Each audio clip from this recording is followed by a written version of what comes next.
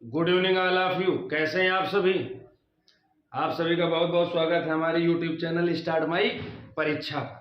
चलिए, तो सभी लोग फटाफट श्रृंखला में जुड़ जाइए और एक बार क्लास को सभी लोग लाइक कर दीजिए, शेयर कर दीजिए, अधिक से अधिक संख्या बल में जुड़िए। जी, जैसा कि आप सभी को सूचित किया गया है कि हमारी एक क्लास आप तक डेली पहुंचेगी, तो एक क्लास डेली आप तक पहुंचाई जाती है। इसके लिए पूरी कोशिश की जाती है, किसी भी दिन अवकाश ना हो सके। जी चलिए, तो आप सभी हमारे साथ जुड़ते हैं, बहुत अच्छा लगता है। अधिक से अधिक संख्या बल में जुड़ा करिए। जितनी ज़्यादा संख्या बल होती है उतना ज़्यादा पठन पाठन में अच्छा रहता है। जी, क्योंकि प्रतियोगी छात्रों की यही पहचान होती है कि जो भीड़ में अपनी एक सीट पक्की करे, अधिक संख्या बल में जो विजेता हो वो उसका वर्चस्व दूसरा ही रहता है। अकेले आप अपने आप में आकलन ही नहीं कर पाएंगे कि आप कितना सही हैं, कितना गलत हैं, क्या कैसे। और जब आप 10, 20, 30, 50 जितने ज़्यादा से ज़्यादा लोगों में जुड़ेंगे तो कौन हमसे पहले जवाब दे देता है, हमको क्यों देर हो गई, क्या, तो वो सब। ठीक, तो आप लोग सभी अधिक से अधिक संख्या बल में जुड़ा करिए और सच्चे मन से पढ़ा करिए। जी, सभी को गुड इवनिंग, सभी को गुड इवनिंग, सभी को गुड इवनिंग। आप सबका नाम नहीं लेते तो इस बात को लेकर परेशान ना हो करिए प्लीज। ठीक, चलिए श्रृंखला शुरू करते हैं। ये रहा आपकी स्क्रीन पर पहला क्वेश्चन। पारिस्थितिकी तंत्र में ऊर्जा प्रवाह होता है। ये जो हमारा पारिस्थितिकी तंत्र है, इसमें जो ऊर्जा का प्रवाह होता है वो कैसे, एक दिशा में होता है, 2 दिशाओं में होता है, या 4 दिशाओं में होता है, या कोई सीमा नहीं, ये बताना है कि ऊर्जा का प्रवाह कैसे होता है। जल्दी से कमेंट करिएगा, देखते हैं कितने लोगों को जवाब आता है।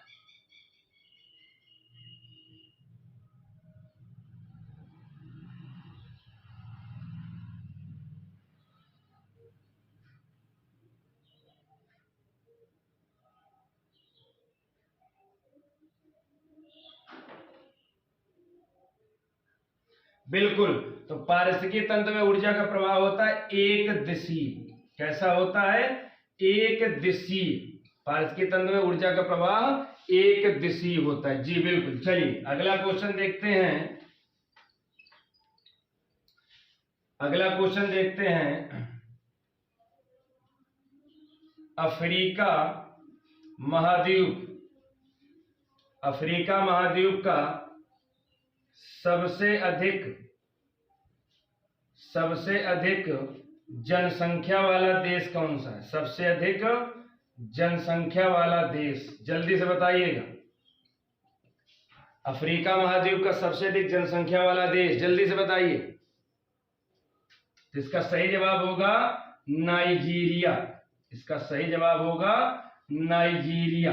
अफ्रीका महाद्वीप का सबसे अधिक जनसंख्या वाला देश नाइजीरिया। नाइजीरिया की राजधानी अबूजा। नाइजीरिया की राजधानी अबूजा। यहाँ की मुद्रा क्या है? तो नायरा। यहाँ की मुद्रा क्या है? नायरा। तो अफ्रीका महाद्वीप का सबसे अधिक जनसंख्या वाला देश नाइजीरिया। और अफ्रीका महाद्वीप का सबसे अधिक क्षेत्रफल वाला देश कौन सा? क्षेत्रफल, तो क्षेत्रफल वाला सबसे देश है अल्जीरिया। जी बिल्कुल, अफ्रीका महाद्वीप का सबसे अधिक क्षेत्रफल वाला देश अल्जीरिया। अल्जीरिया की राजधानी अल्जीयर्स। अल्जीयर्स। मुद्रा क्या चलती है? तो दीनार। मुद्रा क्या चलती है? तो दीनार। जी बिल्कुल, बहुत बढ़िया।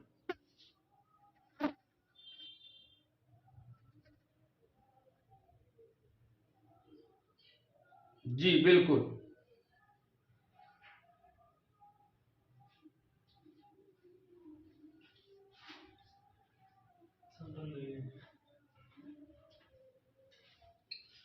चलिए अगला क्वेश्चन।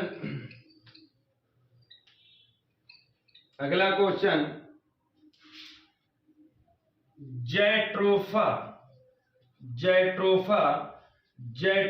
क्या है?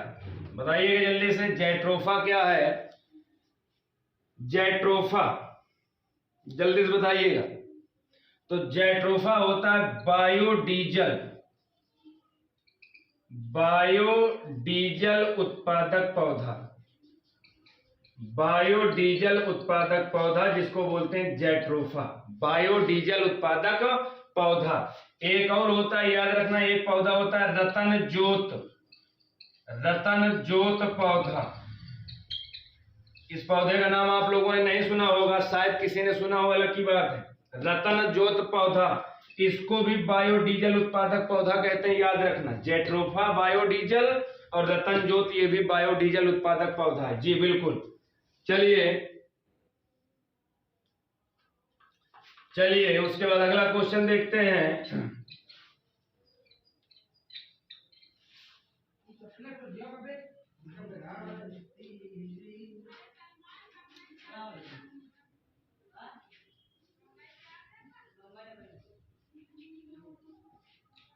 ब्रिक्स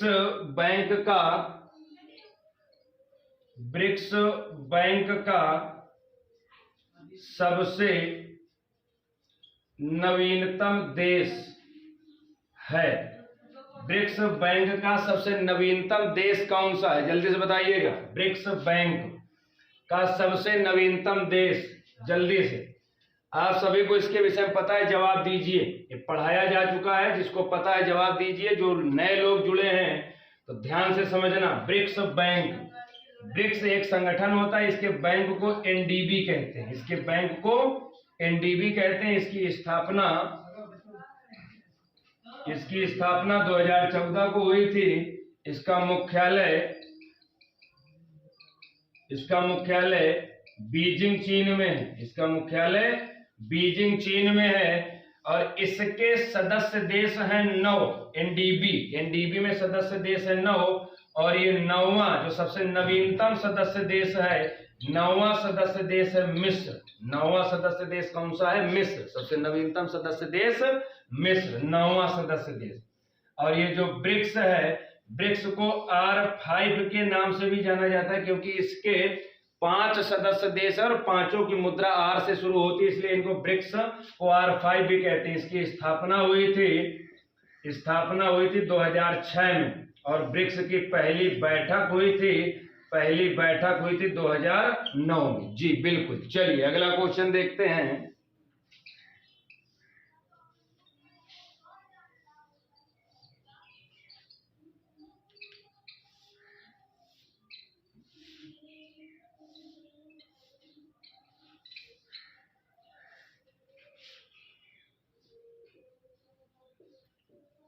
भूमध्य सागर की कुंजी किसे कहते हैं?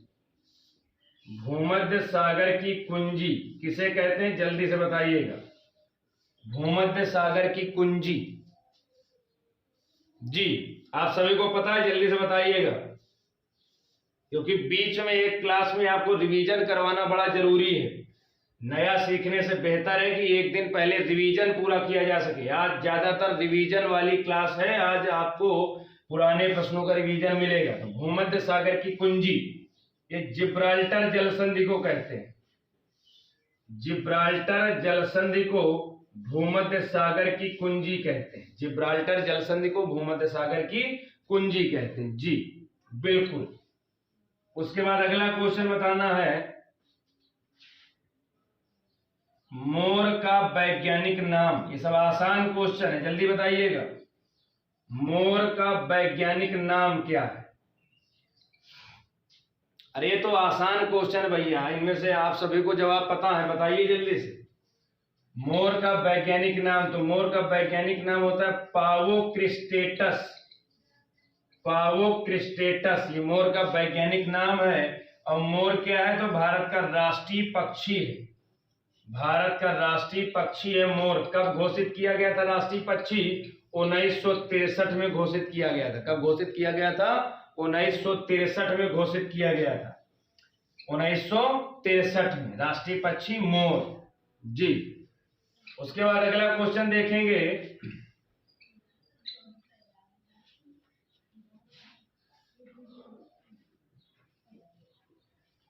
भारत में राष्ट्रीय आय का आकलन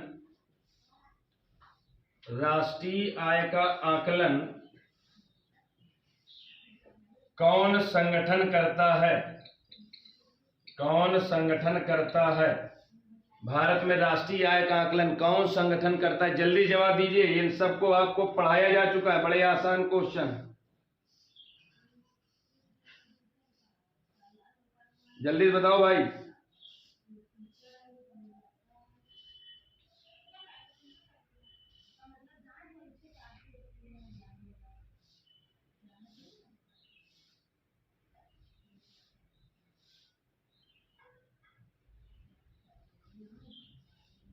जल्दी बताइए, भारत में राष्ट्रीय आय का आकलन कौन संगठन करता है? तो CSO, जिसको बोलते हैं केंद्रीय सांख्यिकी संगठन।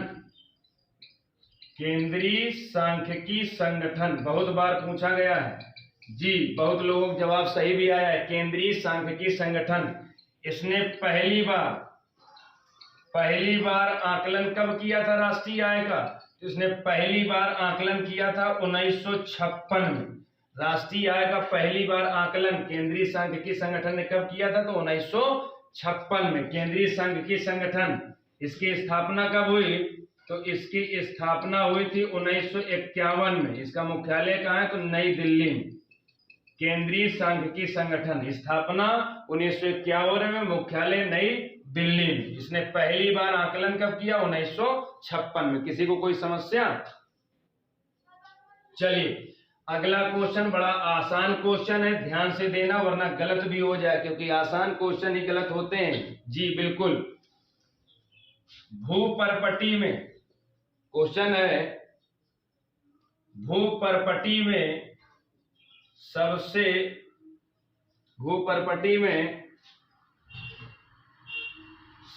अधिक प्रचुर मात्रा में पाया जाने वाला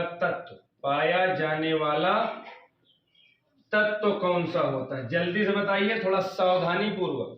भूपरपटी यानी कि पृथ्वी जो हमारी सबसे ऊपरी परत में सबसे अधिक प्रचुर मात्रा में पाया जाने वाला तत्व कौन सा? जल्दी जवाब दीजिए, तब तक हम इंक डाल लें।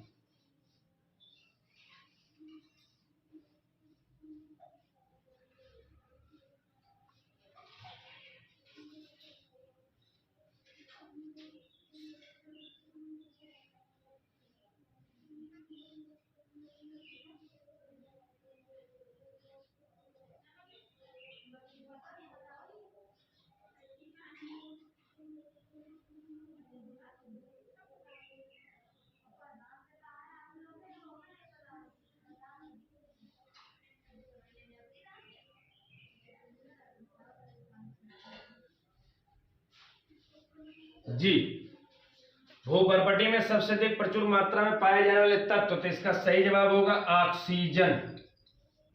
ध्यान से समझना ऐसा क्यों हुआ है, इसमें थोड़ा सा दिमाग लगाना। ऑक्सीजन हमारे पृथ्वी के परपटी सबसे ऊपरी परत में सबसे अधिक पाए जाए तत्व, तो ऑक्सीजन जी बिल्कुल। अब अगला क्वेश्चन बहुत आसान भी और बहुत बार पूछा गया है, आप लोगों को भी मिला होगा। आपको बताना है ऊर्जा के गैर पारंपरिक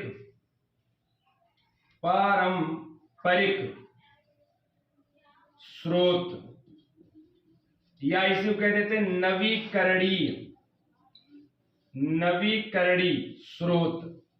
बहुत बार पूछा गया, आपको मिला होगा। वो ऑप्शन में दिए देते हैं कि निम्नलिखित में से कौन गैर पारंपरिक ऊर्जा स्रोत है, ऐसे लिखेगा, या कह देगा निम्नलिखित में से कौन नवीकरणीय ऊर्जा का स्रोत है। बताइए जरा क्या होता है। अब आपको बताएंगे तो 2-3 चीजें होती, जल्दी से कोई कमेंट करिए। गैर पारंपरिक ऊर्जा का स्रोत है, सबसे ज्यादा पूछा जाता है क्वेश्चन, बहुत महत्वपूर्ण प्रश्नों का कलेक्शन है। किसी न किसी परीक्षा में 2 से 3 बार कम से कम पूछे गए क्वेश्चन होते हैं जो आपके सामने लेके आए जाते हैं। बताइए जल्दी से जी। इसका सबसे महत्वपूर्ण जवाब होगा सौर ऊर्जा, और सबसे ज्यादा आपको पेपर में यही मिलता है। उसके बाद और याद रखना परमाणु ऊर्जा, और एक याद रखना पवन ऊर्जा। ये सारी ऊर्जा है, गैर पारंपरिक स्रोत हैं, नवीकरणीय नए साधन है ऊर्जा के ये। ठीक, अगर इसी में लिख दे कोयला, तो कोयला गैर पारंपरिक नहीं, पारंपरिक हो ही जाएगा, और नवीन नहीं, प्राचीन हो ही जाएगा। तो ध्यान दिया ना, समझ गए, ये मतलब है। सौर ऊर्जा, परमाणु ऊर्जा, पवन ऊर्जा गैर पारंपरिक स्रोत यानी कि नवीकरणीय स्रोत के अंतर्गत आते हैं। जी बिल्कुल। चलिए अगला क्वेश्चन देखते हैं।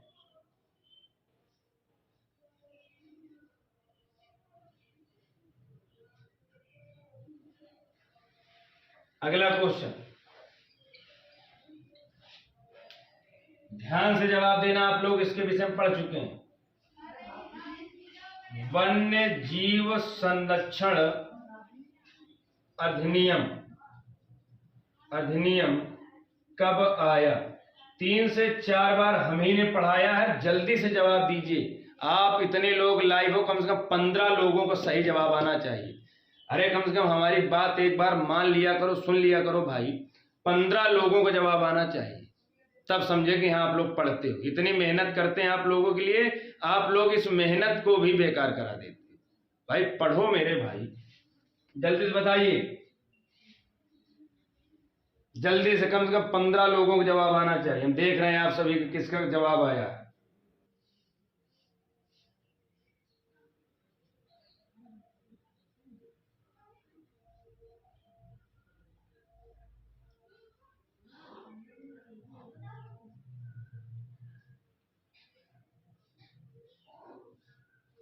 जल्दी बताओ भैया।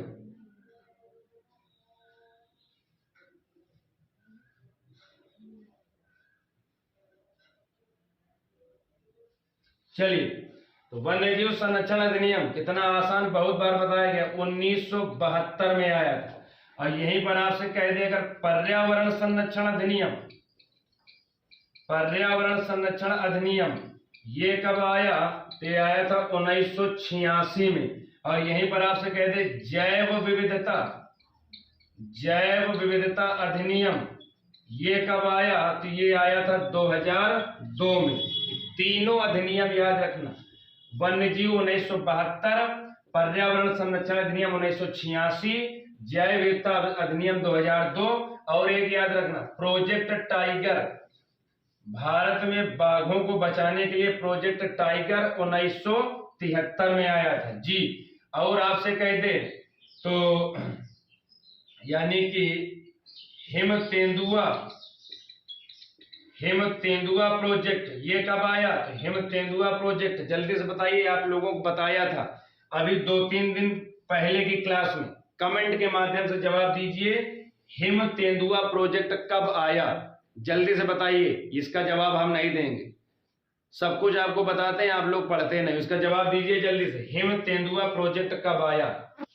प्रोजेक्ट टाइगर 1973, वन्यजीव 1972, पर्यावरण 1986, जैव विविधता 2002, और हिम तेंदुआ प्रोजेक्ट के विषय में आप बताइए, जल्दी से बताइए।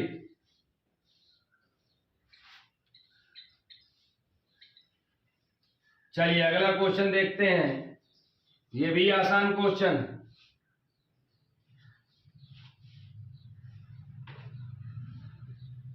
भारत के किस शहर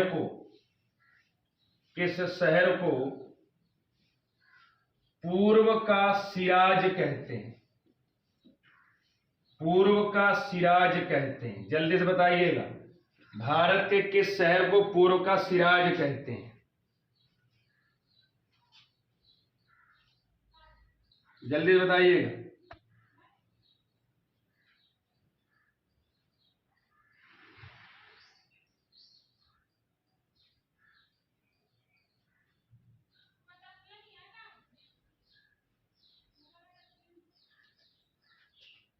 अरे ये तो बड़ा आसान क्वेश्चन है। पूर्व का सिराज किसे कहते हैं? तो जौनपुर को। किसे कहते हैं?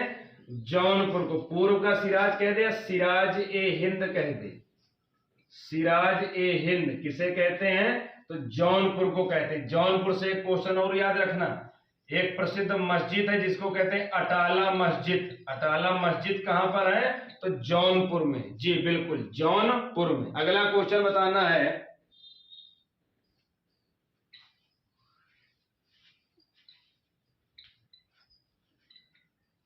जी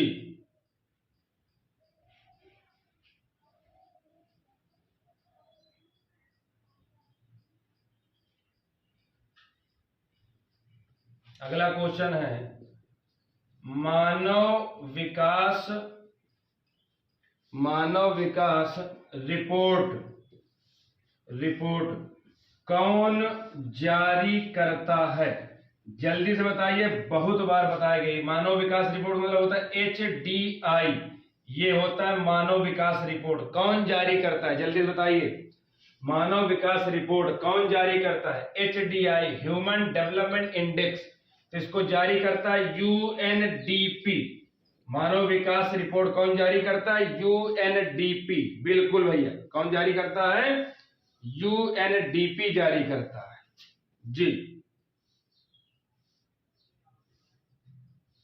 जी बिल्कुल बिल्कुल, UNDP। और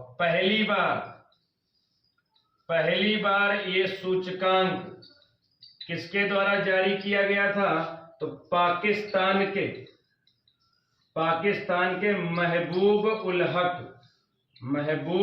हक और इनके साथ ही भारत के भी थे। कौन? अमर्त्य सेन। पहली बार ये मानव विकास सूचकांक पाकिस्तान के महबूब उल हक और भारत के अमर्त्य सेन, इन दोनों लोगों ने मिलके मानव विकास सूचकांक पहली बार जारी किया था। महबूब उल हक, मेन नाम ये याद रखना, महबूब उल हक। मानव विकास सूचकांक सबसे पहले जारी करने का श्रेय किसको है? पाकिस्तान के महबूब उल हक को। जी बिल्कुल। चलिए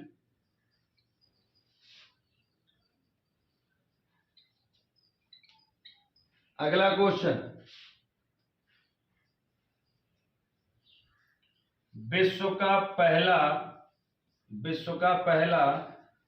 तैरता हुआ राष्ट्रीय उद्यान कौन सा है? बड़ा आसान क्वेश्चन है, सभी को पता होगा। बताइए, विश्व का पहला तैरता हुआ राष्ट्रीय उद्यान। जल्दी जवाब दीजिए, हम आप सभी के जवाब का इंतजार कर रहे हैं।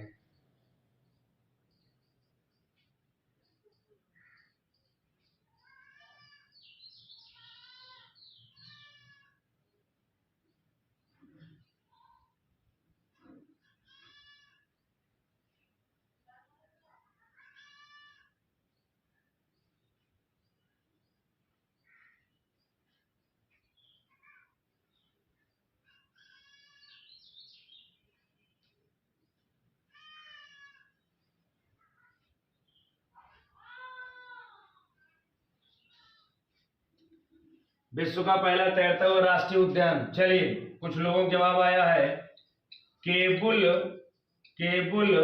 लामजो। ये राष्ट्रीय उद्यान है, कहां पर है? तो मणिपुर में।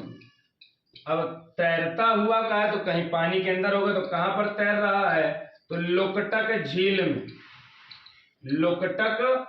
में। कहां पर? लोकटक झील, मणिपुर में विश्व का पहला तैरता हुआ राष्ट्रीय उद्यान खोला गया। जी बिल्कुल। चलिए अगला क्वेश्चन देखते हैं।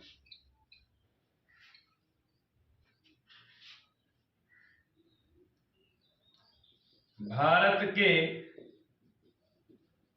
किस राज्य की राजधानी कर्क रेखा के पास स्थित है? कर्क रेखा के पास स्थित है। कर्क रेखा के पास स्थित है। जल्दी जवाब दीजिए, भारत के किस राज्य की राजधानी कर्क रेखा के पास स्थित है? जल्दी जवाब दीजिएगा। ये तो सभी को पता होगा कि भारत में 8 राज्यों से कर्क रेखा गुजरती है। तो उन 8 राज्यों में कौन से राज्य की राजधानी कर्क रेखा के पास है? जल्दी से बताइएगा। एक बार क्लास को शेयर कर दीजिए, अच्छी लग रही हो तो लाइक कर दीजिए। क्लास अच्छी लगे तो लाइक किया करिए। बिल्कुल।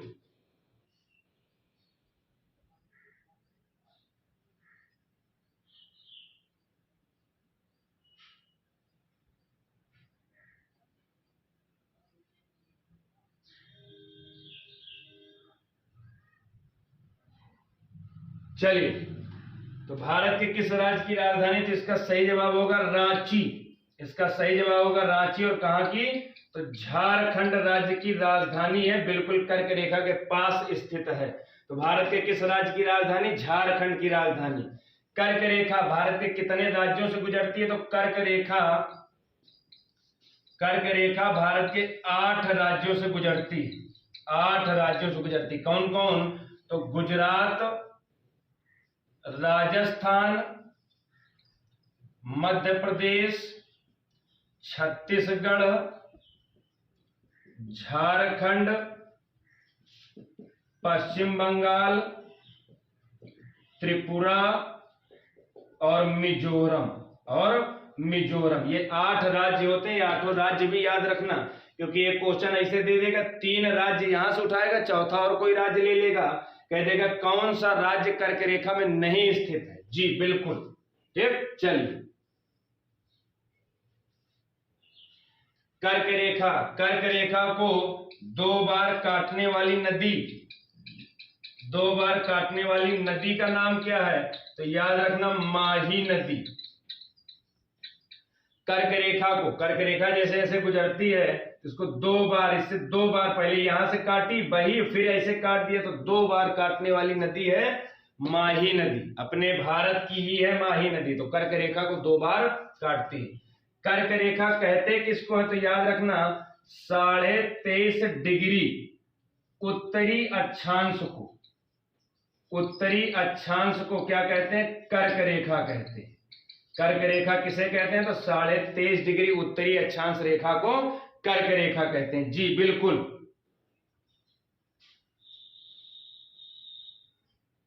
चलिए, अगला क्वेश्चन देखते हैं।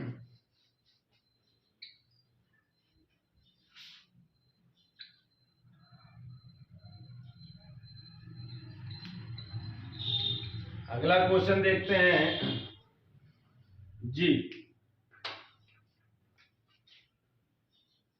जलवायु परिवर्तन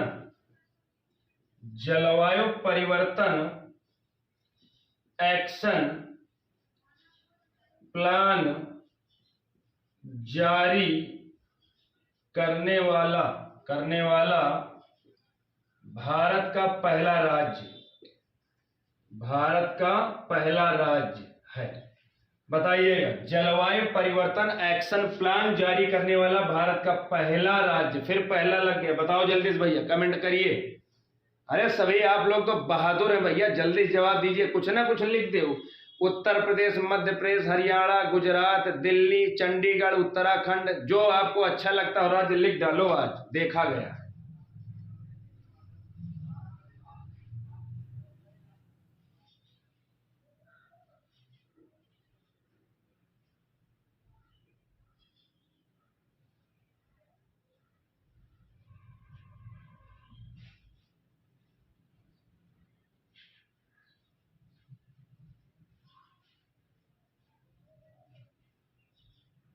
जी बिल्कुल।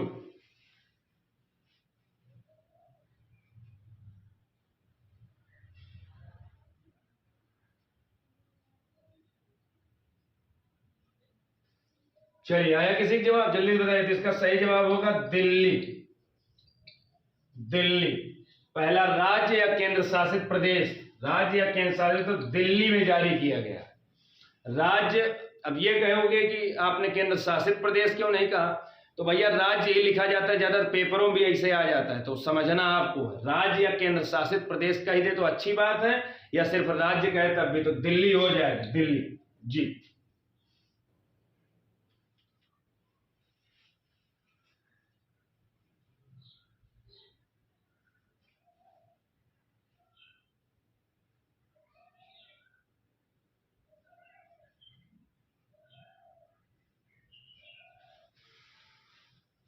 जी।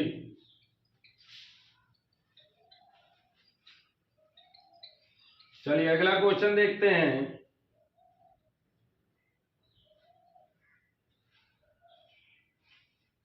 जी, एक बार सभी लोग क्लास को लाइक कर दीजिए, अच्छी लगी हो तो। आप लोग ना जवाब देते हैं, ना क्लास को लाइक करो, ना शेयर करो, बस मक्कारी करते हो। ठीक, कल लोग हो मक्कारी।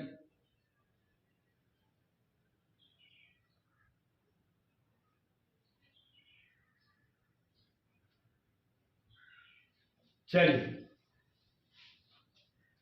अगला क्वेश्चन। पृथ्वी का सुरक्षा कवच, पृथ्वी का सुरक्षा कवच किसे कहते हैं? जल्दी से बताइएगा। पृथ्वी का सुरक्षा कवच किसे कहते हैं? बड़ा आसान क्वेश्चन है। पृथ्वी का सुरक्षा कवच किसे कहते हैं? दीपक सर जी जो गाना गाया करते हैं अक्सर, यहीं से संबंधित है वो। पृथ्वी का सुरक्षा कवच तो याद रखना ओजोन परत को कहते हैं। किसको कहते हैं? ओजोन परत को। ओजोन परत को क्यों कहते हैं? तो सूर्य से जो परावैंगनी किरणें आती हैं, ओजोन परत, ये कहां पाई जाती है? तो याद रखना ये समताप मंडल में पाई जाती है, ये भी याद रखना। ओजोन परत किस मंडल में पाई जाती है? तो समताप मंडल में। सूर्य से आने वाली परावैंगनी किरणों को रोक देती है और नीचे नहीं आने देती, रोक लेती है और टकरा के वापस कर देती है, कुछ को अपने अंदर अवशोषित कर लेती है। तो पृथ्वी तक ये परावैंगनी किरणें नहीं आ पाती हैं। अगर ये किरणें पृथ्वी में आ जाएं तो लोगों के शरीर में टकराएंगी, जिनसे चर्म कैंसर जैसी बीमारियां हो जाएंगी। तो इस कारण ये किरणों को रोक लेती है, तभी पृथ्वी का इसे सुरक्षा कवच कहते हैं, ओजोन परत को। और ये कहां पाई जाती है? समताप मंडल में। ओजोन परत की मोटाई काहे में नापते हैं? तो ये नापते हैं भैया डाबसन में। काहे में नापते हैं? तो डाबसन इकाई होती है। ओजोन परत मापने की मोटाई डाबसन इकाई। जी बिल्कुल।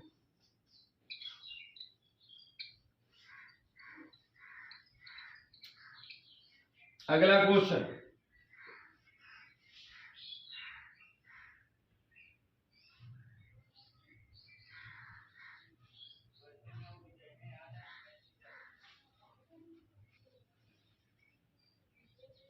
अगला क्वेश्चन है दलहनी फसलों की जड़ों में, फसलों की जड़ों में कौन सा बैक्टीरिया पाया जाता है? जल्दी से बताइएगा, बहुत बार पूछा गया है क्वेश्चन। दलहनी फसलों की जड़ों में कौन सा बैक्टीरिया पाया जाता है? जल्दी जवाब दीजिए, आप सभी के जवाब का इंतजार है, बताइए जल्दी से। तो दलहनी फसलों की जड़ों में राइबोजियम, कहीं राइजोबियम लिखा रहेगा। एक ही चीज है, राइबोजियम या राइजोबियम नामक जीवाणु पाया जाता है दलहनी फसलों की जड़ों में। जी बिल्कुल ठीक, दलहनी फसलों की जड़ों में कौन सा बैक्टीरिया? तो राइबोजियम। चलिए अगला क्वेश्चन,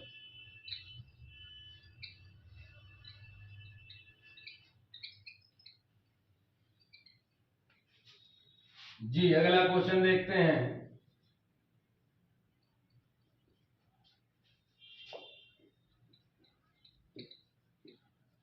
समुद्र की गहराई मापते हैं, बताइए समुद्र की गहराई किसमें मापते हैं? जल्दी से बताइएगा। तो मापते हैं फैदोमीटर, समुद्र की गहराई फैदोमीटर या फैदम, फैदोमीटर या फैदम, समुद्र की गहराई किसमें मापते हैं? फैदोमीटर या फैदम। जी बिल्कुल, समुद्र की गहराई।